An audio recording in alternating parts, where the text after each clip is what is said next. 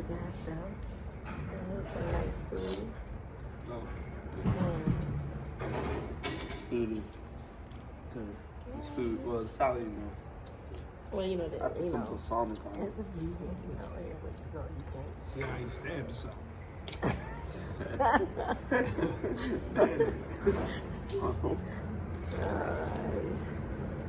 Yeah, but he got, look at all this bread.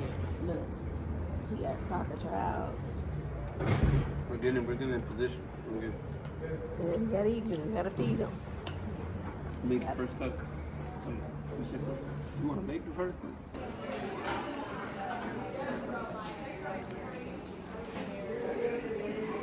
Hello everyone, my name is Geremiah DelValle, and I am the teen author of Lands of Scientia.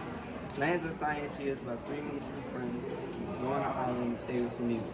And today, I am at the Regional Richmond Librarian Conference, where I was able to give a keynote address to librarians and English teachers across the Richmond area. I was given this opportunity by Miss Tiana, so I want to thank you, Miss Tiana, for giving me this opportunity and having the ability to talk to many librarians. Me and the librarians together, we created a story using the 4 elements of storytelling: characters, exaggeration and simplification, change, and theme. It was, I have to say, a very good journey going through the librarians and going through what it means to make a story and why we should tell stories from our perspective, fictional and non-fictional. I had very much fun, and while everyone else is eating lunch, I am selling my books, presenting myself for anyone who's coming for a Q&A, and I think today was a very great day to be an author. In alignment with our theme, telling our story, it is my distinct honor to introduce a young man whose narrative is both inspiring and transformative. At just 16 years old, Geremiah has authored Lands of Scientia, a science fiction novel that not only entertains but also educates readers about diverse habitats and animals through an imaginative lens. Over the past year since the book's release, Geremiah and his family have attended numerous events to promote it, including RVA Lit Fest in Richmond, the Juneteenth Festival in Williamsburg, and the Essence Festival 2023 in New Orleans. These events have provided platforms for Geremiah to connect with audiences of all ages and spread his message about the transformative power of reading and storytelling. Geremiah's talent and dedication have not gone unnoticed. He is the proud recipient of the Youth Entrepreneur Award, and his book won in the education category for the Black Authors Children's Book Award due to its rich scientific content. These accolades underscore his commitment to creating stories that inspire and educate. But Geremiah's journey is far from over. He is already hard at work on the 2nd book in his series and has even expressed an interest in turning his first book into a movie. Though he plans to attend college after high school, his future is vast and full of potential as the world that he creates in his writing. He's considering paths in science, business, and writing, and no matter which direction he chooses, we can be certain that it will be filled with creativity and purpose.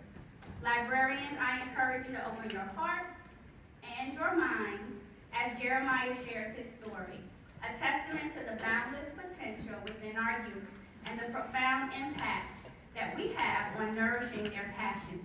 Please join me in welcoming the remarkable Geremiah DelValle.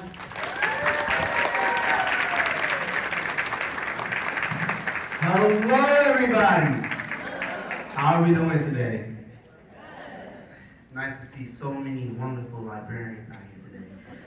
As Ms. Tiana has referenced, I am Geremiah DelValle, and I am the teen author of Lands of Scientia. Lands of Scientia is about 3 middle school boys who embark on a journey to save an island from an evil rule.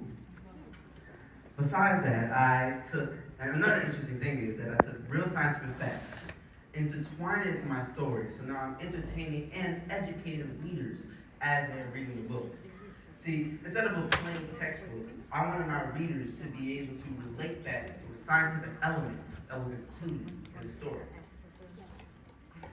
I I have to say that as an author, it has been a wonderful time writing that book and promoting that book to all the children that I have met in Florida and beyond. I would like to thank Ms. Tiana for giving me the opportunity to be able to be here with you today and talk to you wonderful librarians so that we can embark on a journey on the art of storytelling. And I would like to thank everyone here today for attending so we can learn about the art of storytelling. From the oral tales in Africa to the natural haikus in Japan, literature has ruled the earth since the beginning of time. Yet, so many narratives go untold because people don't know how to tell it. Well, how do you tell a story? Well, telling your story is an interesting aspect of art of storytelling. The art of storytelling, before we can ask that, we must first ask ourselves, what makes stories so relatable? Before watching Lion King, I never thought I would find myself relating to a giant cat. Before reading Harry Potter, I never thought I would relate to a British boy, American version, preposterous. Before, I never thought I would share emotions with a race car before watching Cars. Sometimes when I'm on the highway, I turn on the curves like, ka-chow. See, the world of fiction, the literature of fiction, exceeds and will continue to exceed the bounds of reality.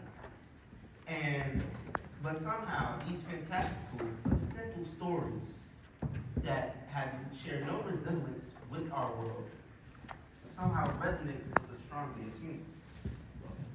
Why is that? Well, would anyone like to take a guess?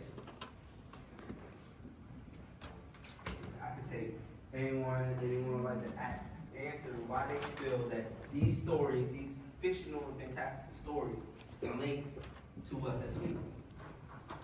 Yes. They all have emotion. So you're not a wizard. Yes. You still understand being bullied or having a crush. Yeah, exactly. All of these stories share a theme. All of these stories have a theme. And inside those themes, there's human emotion at its core. Human emotion. A corner of the human experience that we all relate to. See, that we all relate to as humans. See, it doesn't matter we're reading about a boy that was raised by wolves or an archer that steals from the rich. It's these pieces of this fictional world or nonfiction that we all relate to as human experiences. So, how do we master that? How do we get that form of storytelling? Well, see, today, everyone, we will be creating a story together. Hence my whiteboard. Today, we will be unlocking the world of storytelling. Today, we will be learning the art of storytelling. Are you ready? All right, let's go. So, first, we have to dig into, we're going to go at surface level. Surface level, we are going to talk about creating the characters for our story. Now, characters are the face of your story. They are what people see when they read your story. And believe it or not, we create these characters usually are drawn from the experiences and the people that we meet in real life. For example, before I even wrote Lands of Scientia, before Lands of Scientia was even a thought, I had known that I wanted to write a book. I had the idea that my father was an author, so I had always been around that space, so I had always known that I didn't even know what the book was going to be about. I just knew that I was going to have a book. So, but when the idea of Lands of Scientia, the conceptualization came, it went a little something like this. What if me and my two best friends at the time were superheroes? That's it. And I just imagined our friendship at the time. Imagine that saving worlds and realities and being superheroes. Everything else, the animals, the science, the storyline, all of that came afterwards. Didn't occur to me yet. All I knew is that our friendship, and that was it. So, see, if I was in the average middle school, if I, at the time, I just explained our friendship as an average person, you would just say that, oh, that's the average friendship that you see in most of your libraries. But as a storyteller, that's not our job. Our job is to illustrate, to show why that friendship is so special. To go at the core of that friendship or the core of that person and see what makes them different, what makes them unique. As a person, and then you take those friendships and you go into each person and you see what makes these characters so unique as people. Why do we love these people as they are? So maybe is it their passion? Is it their determination, their grit? Or what about their jealousy, the greed, the envy? Or is it their unyielding loyalty? It's these parts of a character or that we connect to as humans. It's the parts of the character that we connect to, that we relate to. And we take that, once we find that answer, what makes that person to us, what makes that person, we find the answer, we take that answer, and then we create a character around that answer. Do you understand? Alright, so let's try something. Let's put our theory to the test. May I have 3 volunteers? Anyone. I can get you in the back, and you can come up. And then, so you can all come to the stage, and let one more volunteer. Yes, sir. All right. So you can all come to the stage, and we're gonna try a little something. We're gonna try to create a character based on their personal experiences. Yes, yes.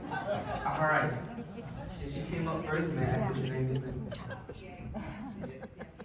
ma'am. All right. So May, and then may I ask what your name is?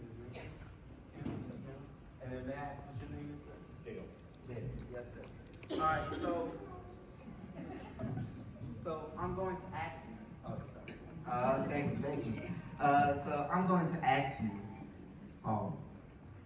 to give me someone that, or something, doesn't matter, that is significant to you. Someone or something, it could be a person, a dog, a cat, a car. Something that has significance to you, brings something to you. We're gonna draw them here on the board. Okay. My significant thing or person would be my cat, Samus. I've had her for 13 years and she's amazing, but also the worst.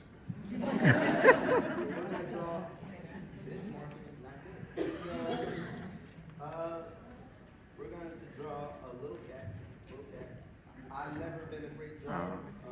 That cover you see there that's my sketch. That was a sketch, but that was never my intention. So I bear with me on my artistry. So Miss Kim, maybe you can tell me something. And it's funny because I'm going to do a pet too. Oh, yes, ma'am. Mine is my dog, Your dog. Yes, ma'am. and his name is Toon Toon. And he will be 16 next month. And he's an old man. Always. All right, so we have Toon Toon. All right, and then what is your pet name? Yes. And then Mr. Dale, may I ask someone with you? Does it have to be happy? Yeah, I had a childhood friend that we were in elementary school, middle school, died unexpectedly back in November. That's just been on my mind. And a significant person in my life that's kind of on there and wondering what if, what could have been. So, May I ask what's his name? his name was Danny. Yes, sir. I know. If Miss Tiana or someone's out there, may I please have? I'm looking for, anybody have a dry erase marker on them? Yeah, because. Oh, I might.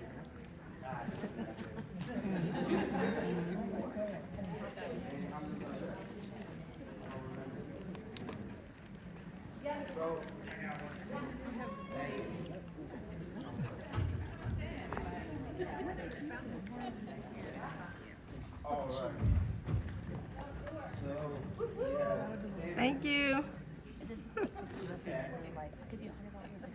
this in person. Here's a cat. All right, we have two here. Move the dog. And then we have Danny, who is a childhood friend. All right. So, now, I'm going to ask, may you provide one or two personality traits that made those people significant? Why did you choose those characters over anyone else that you interacted with? What, like, personality traits?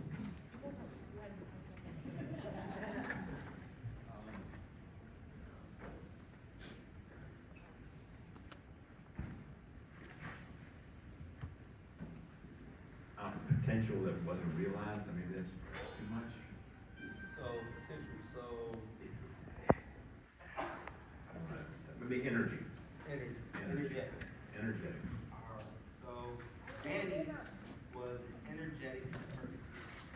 Alright, But so, if, anything? you want a second trade or not? Oh, no, second trade. What, but he had a lot of energy, but he never could say no to a So, challenge. Never back down from a challenge. Never back down. Alright, so Ms. Kim, what would you say about your dog? Tum Tum, is that loud enough? Tum Tum is lovable. Once you rub him, that's it. He's your friend for life. And at this point in his life, Tum Tum is greedy.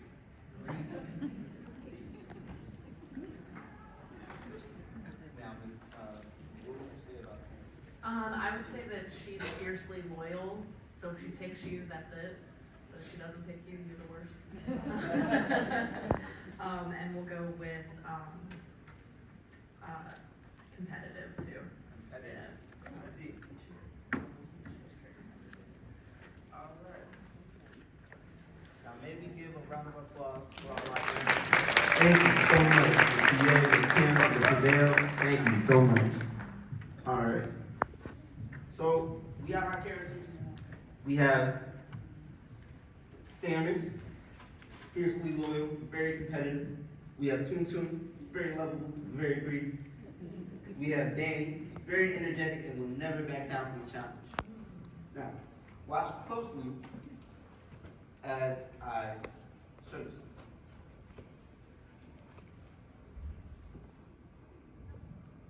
If this will let me show you. Bless you. Alright, as you can see, what I just did, and you forget Samuel, I erased the characters or the pictures. See, The point is not that it's a cat, or it's a dog, or it's a person. The point of a character is the traits. The looks will make your character memorable, but it doesn't make the character. if you have a good written character, a good story, a good character, you'll be able to take those traits, put it into another person, and they'll go, wait, that's not Terrell, that's Rick. The audience would say that in their head. Spider-Man without his humoristic optimism is just another masked vigilante. Aladdin without his empathy is just another thief in the Arabian Night. These characters we are creating from their traits. So we're going to get to their image, how they look. Right now we are focusing on their traits as a person.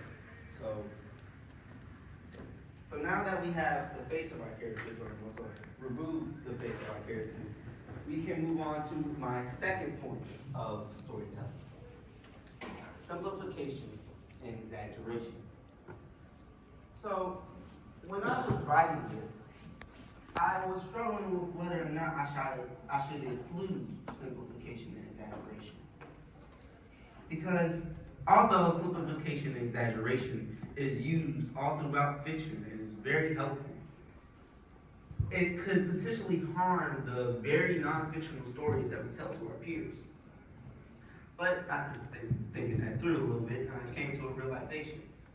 May anybody beat me to it and tell me what I came to a realization about why exaggeration and simplification is needed in our very non-fictional storytelling to others.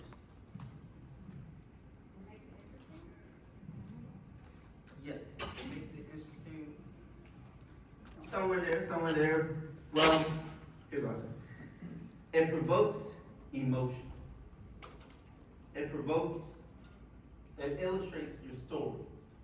It displays something about you as a character. Listen, here's the truth. Reality is very contradictory. Contradictory.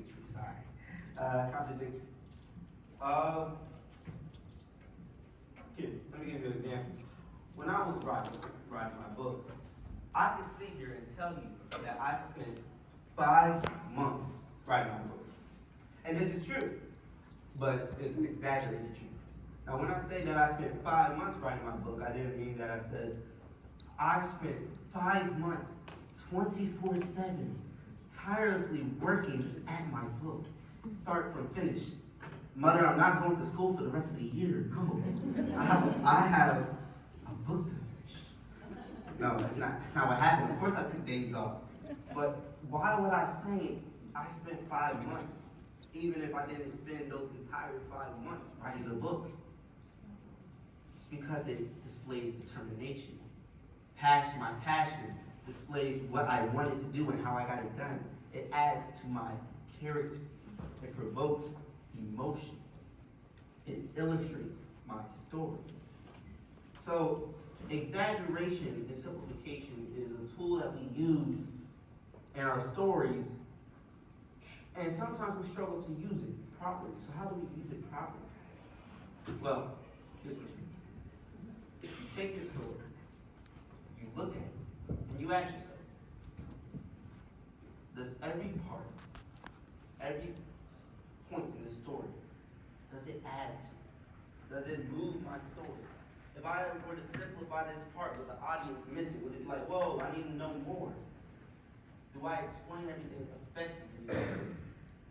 See, in every fairy tale that we know, it always ends in 6 words. Do we know those 6 words? Yeah. And they live happily ever after. Happily ever after. Does any of us, please tell me, of any couple that has lived happily ever after? I'm not sure about that. But what about the time that Prince Charming let the toilet seat up the 4th time? Maybe when Cinderella took all the hot water. No couple has lived happily ever after together. So, why do the writers say this? Well, it's because it provides, if you feel captivated when after all of that they went through, all of the chasing them down, trying to find what slipper fits, in the end, all is well. You don't care about what happens after. You don't care about who has the bed sheets by the time the sun rises. You don't care what happens after. That's not important. That doesn't matter to us. So, also, exaggeration and simplification. Make sure that your story has everything it needs and only what it needs.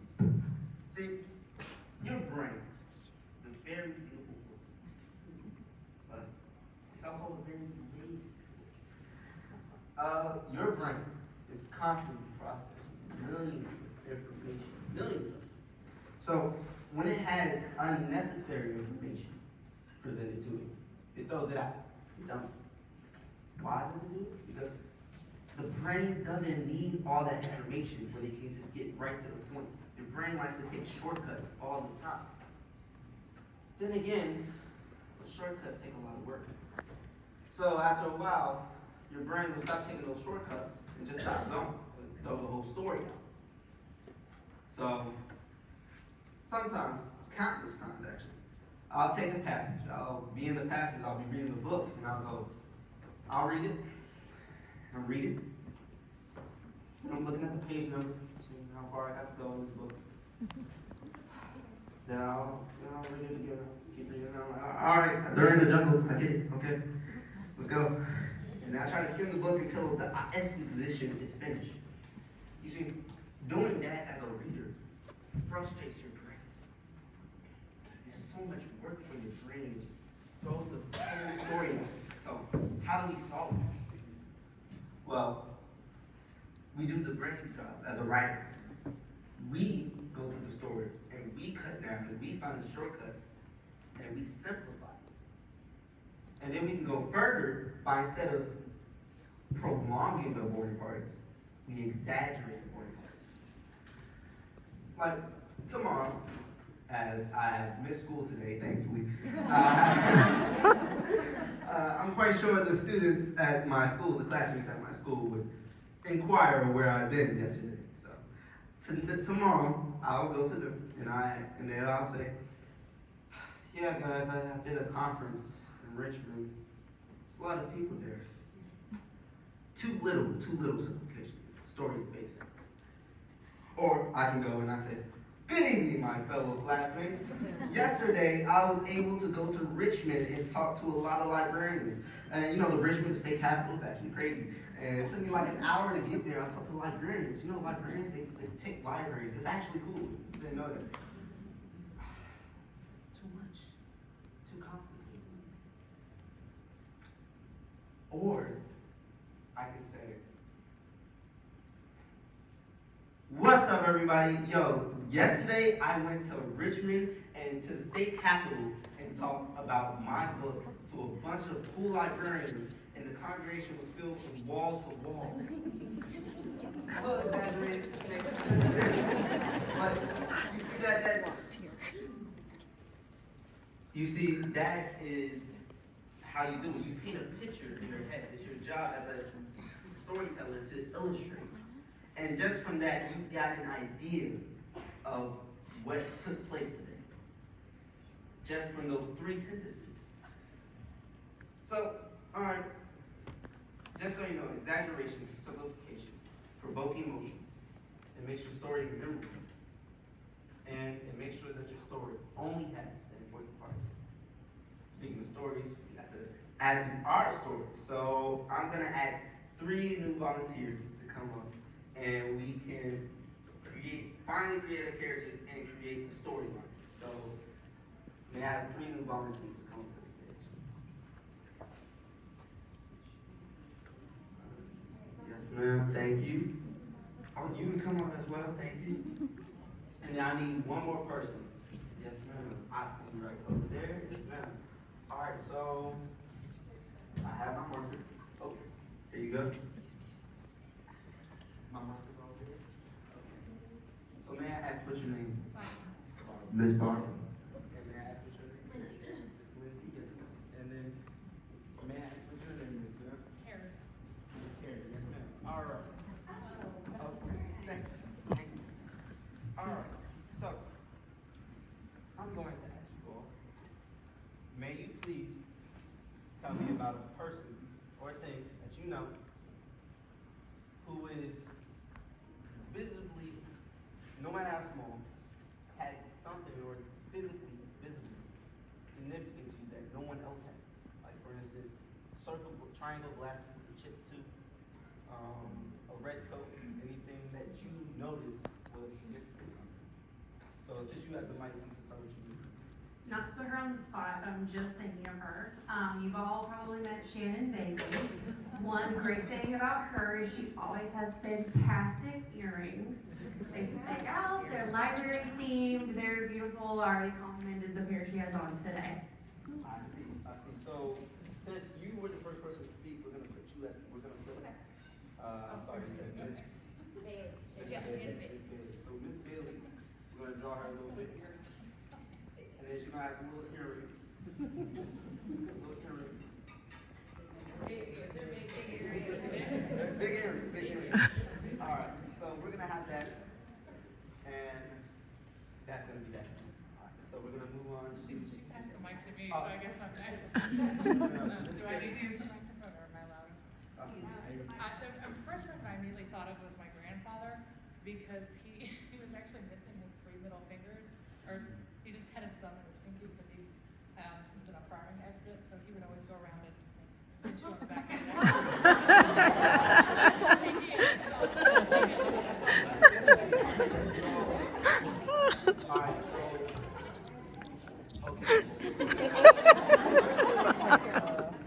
So we're gonna draw him.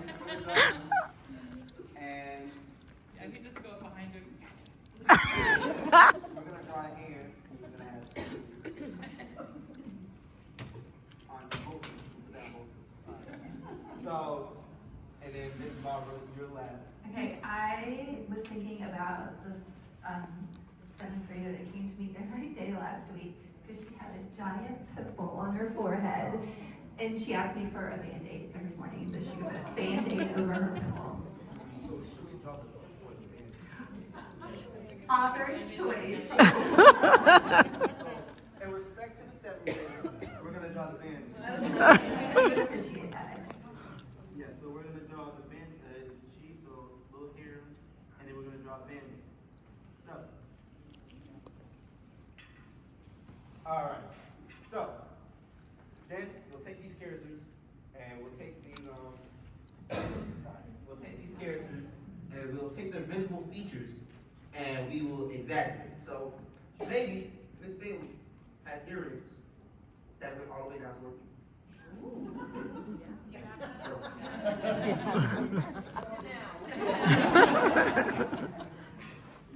Maybe all the way down to it. I think Mrs. Carey's grandfather is already exaggerated enough. I don't want them to lose any more fingers.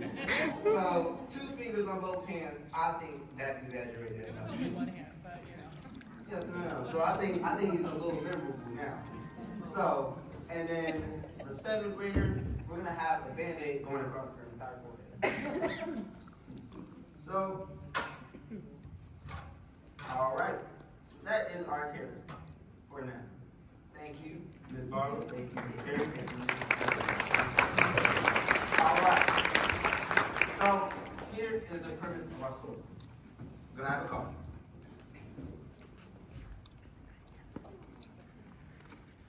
Grab a car, and all 3 of these characters are going on a road trip. So who knows where? It's not important. So, and they're going to go come across 3 options to get to who knows where. All right. All right, so now I'm going to ask for 3 more volunteers to participate. All right, I see you down there. I see you right there. And Ms. Tiana, thank you. Oh.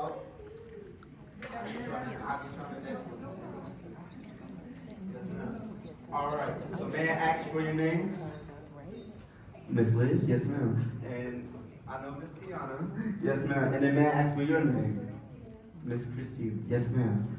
So I'm going to ask for you guys to provide 1 obstacle that you feel you might come across on a road trip.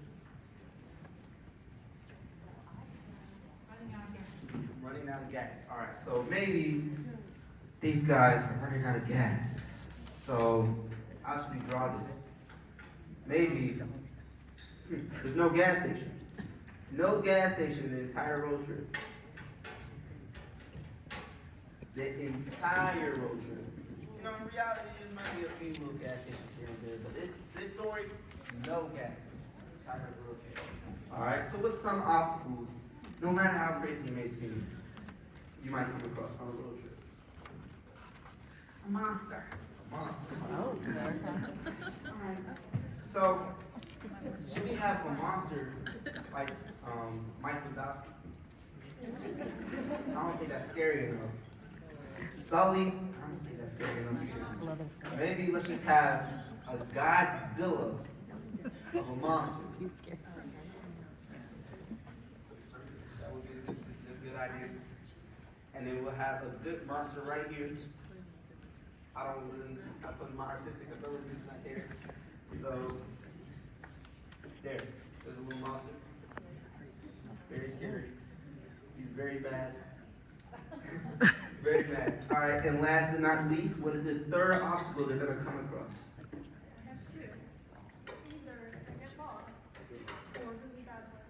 Really bad weather. I would say really bad weather because that's easier to draw. Alright. So, really bad weather. What about the worst hurricane in centuries? Exaggerating. So, we'll draw a very big hurricane. That's a hurricane. So, thank you. And that is our obstacle for today. Thank you. Thank you. All right. Now,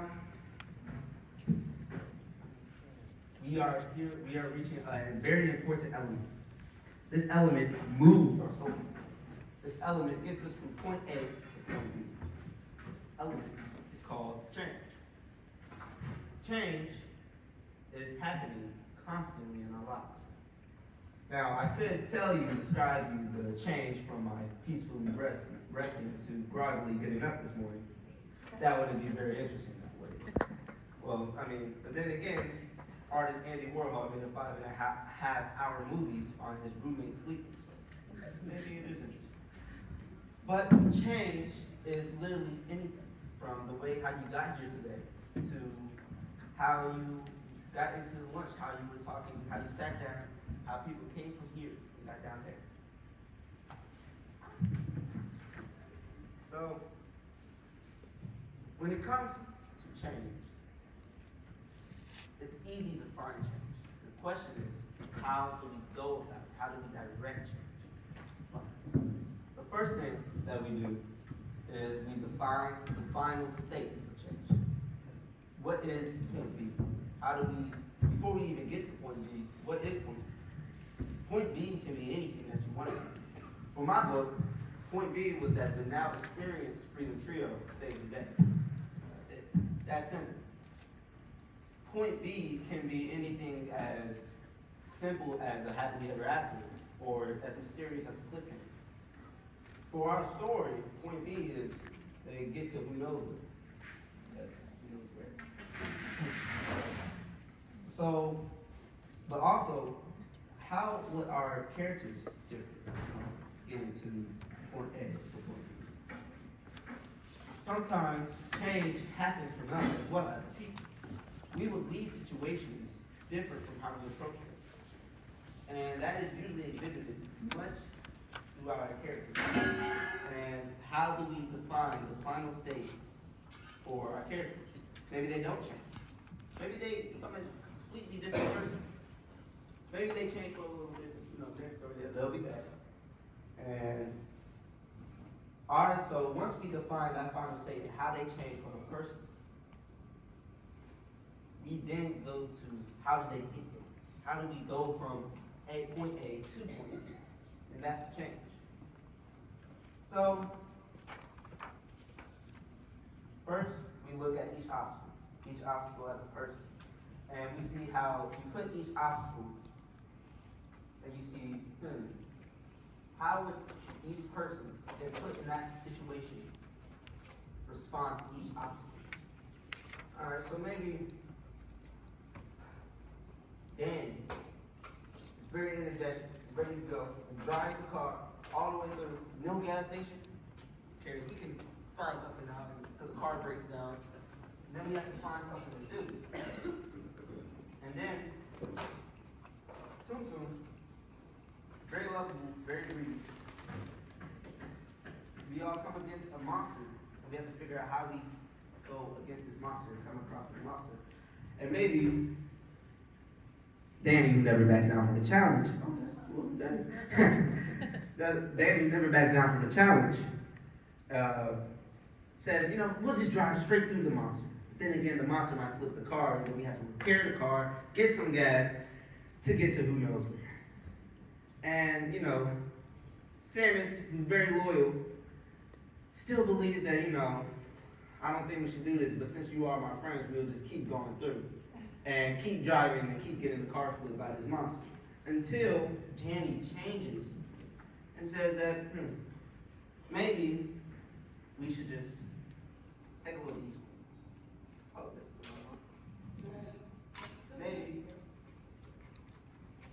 Maybe we should just take a little detour. So maybe there is a gas station.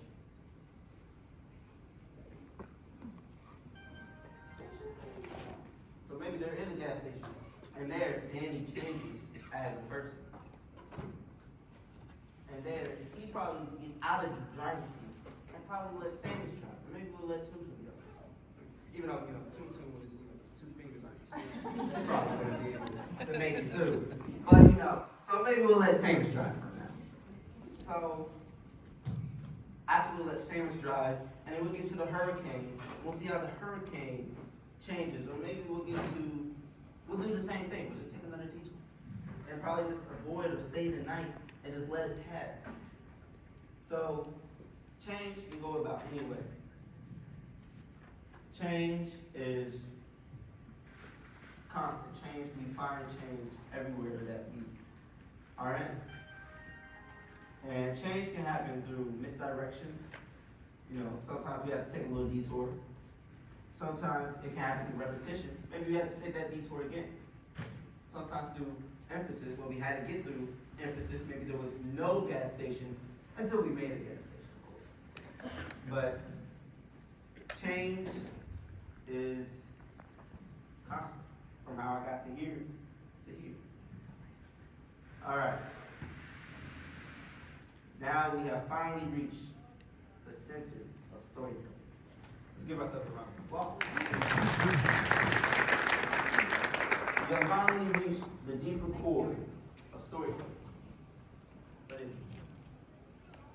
Purpose. The thing, the very reason why you are telling a story. The reason why the people should read it.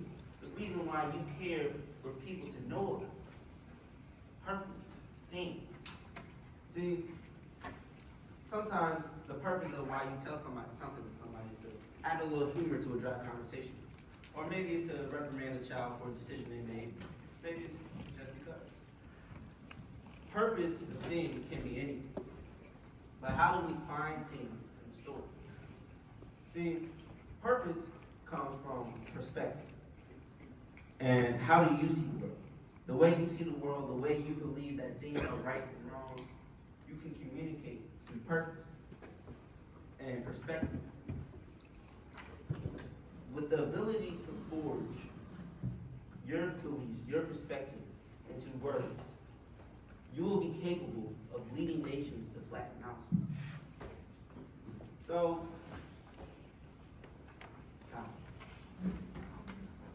words are powerful. More importantly, illustration is a force of nature. You have to be able to create a picture for someone's head. And you have to have a theme. And that theme, all the elements of that story, has to wrap nice and neatly around that theme. Seems a little drastic. But really, you have the great opportunity to tell a tale. To tell maybe a fable, if you may, about a lesson that is wrapped in a story. And that lesson doesn't matter how you wrap it. It can be nonfiction, it can be fiction, it can be sci-fi, it can be mystery. It doesn't matter how you dress that story or how you tell that story. What matters is that you tell that story. For instance, in 1945, George Orwell wrote The Animal Farm, which told on the history of at the time, communist Russia. George Orwell's depiction on the history and present of the Stalin-ruled Soviet Union was guised as a fictional farm about talking animals. Talking animals. You see, it doesn't matter how you relate the story, or sometimes you would know your theme before you even start writing. Sometimes you would find your theme as the story unfolds, as we are today. So, let's go over our story again. These guys are going on a road trip. Very energetic about it. We're ready to go to who knows where. These guys are ready. Tum Tum brought a lot of snacks. Sam is very loyal in the passenger seat.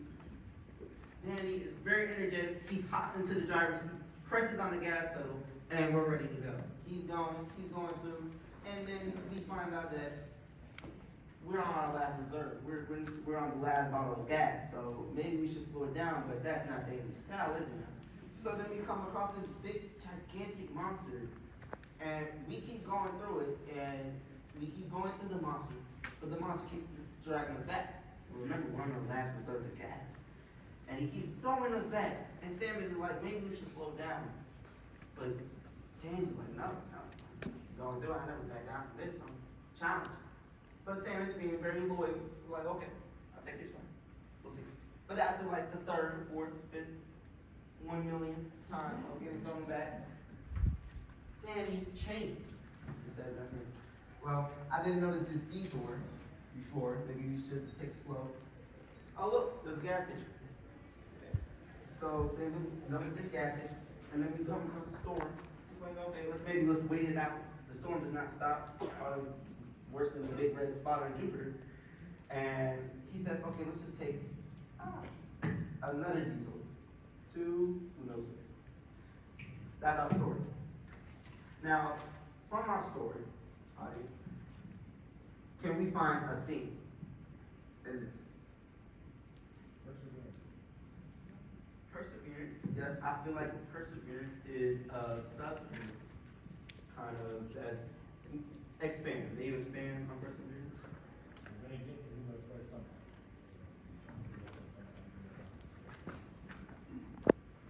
Yes, I see where you're going. I like where you're going. So perseverance, I feel like Danny is very, I don't know the adjective for perseverance, but determined, very determined. And he very exemplifies perseverance. But I feel like perseverance is the problem of the story, if you know what I mean. So can we find a theme in the story around perseverance? Yes. I saw you had your hand up on that. I thought they were determined. Yes, well, yes, ma'am. I would say they were a little distracted, not really paying attention to details. I don't know who gets in a car for a long ride and don't make sure that you start off with a full tank of gas. Well, They're really not ready. you know, Danny was very excited to get to who knows where, so. I think maybe friendship. Like they all work together So- with their character traits to get to who knows where. So we have perseverance. All right, perseverance, distraction, and you said friendship. All right. So we'll take these things. What were you thinking? Well, I was thinking slowing down. So how Danny kept speeding through if he wasn't as distracted in filling up the gas tank and just kept persevering through. Maybe he should have just slowed down a little bit and took his time. And maybe let's get an itinerary next time. So we can map out the nearest gas station. And maybe our path could have been something like this. To slow down. Yeah. So I feel like all of these are good though. I feel like all of these are good. So I'm not gonna write mine down. I'm gonna write all of these down as our thing. This is our thing. And this is our story. So we have finally finished our story. So this is a wonderful successful tale about perseverance, distractions, and friendship. All right. So now that we have finished our story, so it seems like it's about time. So I feel like I have to come to the conclusion of our time together. So, before I go, I want to tell y'all that the importance of storytelling goes beyond storytelling. It goes beyond fiction. It goes beyond books. It's about relating stories back to your peers. What story would you tell to the world? How would the kids at your library know about you? What would they know about you? What character are you to them? Are you a determined character? Are you a very studious character? What change have you gone through from when you were someone aspiring to be a librarian to someone who is a librarian now? What change did you go through from here to now? And maybe you have to exaggerate and simplify the story a little bit. So, for people who feel like that your life, or looks in the mirror and says, you know, my life's just not important, my story doesn't matter. Say, quiet, come on, man, stop. Your life matters. Your perception matters. Your perspective, matters. Your story matters. You just didn't know how to tell it until now. So I'll say that take your stories. Last thing. As a librarian, every day you open the door to the fantastical world of literature. You are surrounded by stories. And to these children, you lead these children every day to narratives that change their viewpoints on the world. You are the keeper of worlds, the master of tales, the wielder of words to these children. You are the librarian. You are a superhero in their eyes. You are the one who tells the stories of others, and now you can tell yours. My name is Geremiah DelValle. Thank you.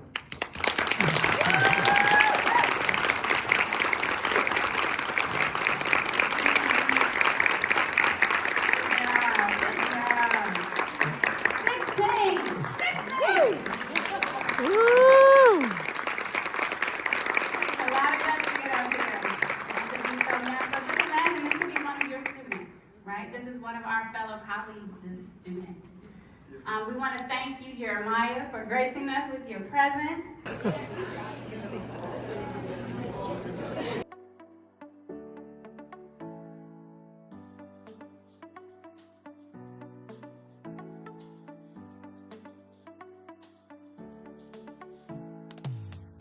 Hello, everybody. My name is Geremiah DelValle, and we are at the Thomas R. Fulghum Conference Center. This is where I came to the Richmond Regional Librarian Conference and gave a keynote speech to all the librarians in this district about the art of storytelling. And I have to say that it was very fun. I want to thank Miss Tiana for giving me the opportunity to speak to all these wonderful librarians. And it was very fun as we went through the 4 elements of storytelling: characters, exaggeration and simplification, change, and purpose. All in all, I had fun, and it was great discussing my book, Lands of Scientia, and how they could tell their own stories. Love y'all guys.